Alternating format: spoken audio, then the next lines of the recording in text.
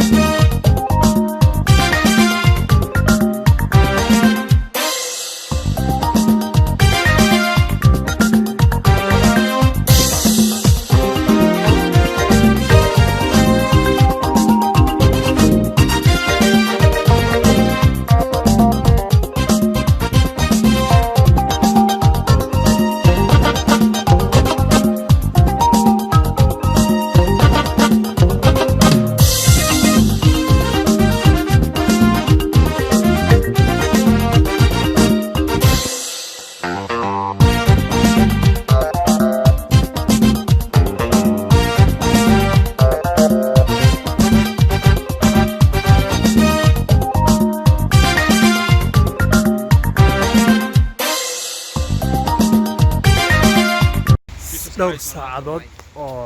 baan kliima sameeynay waa daalay saan maanta dhigeeda u dul saarnayn oo soconaynay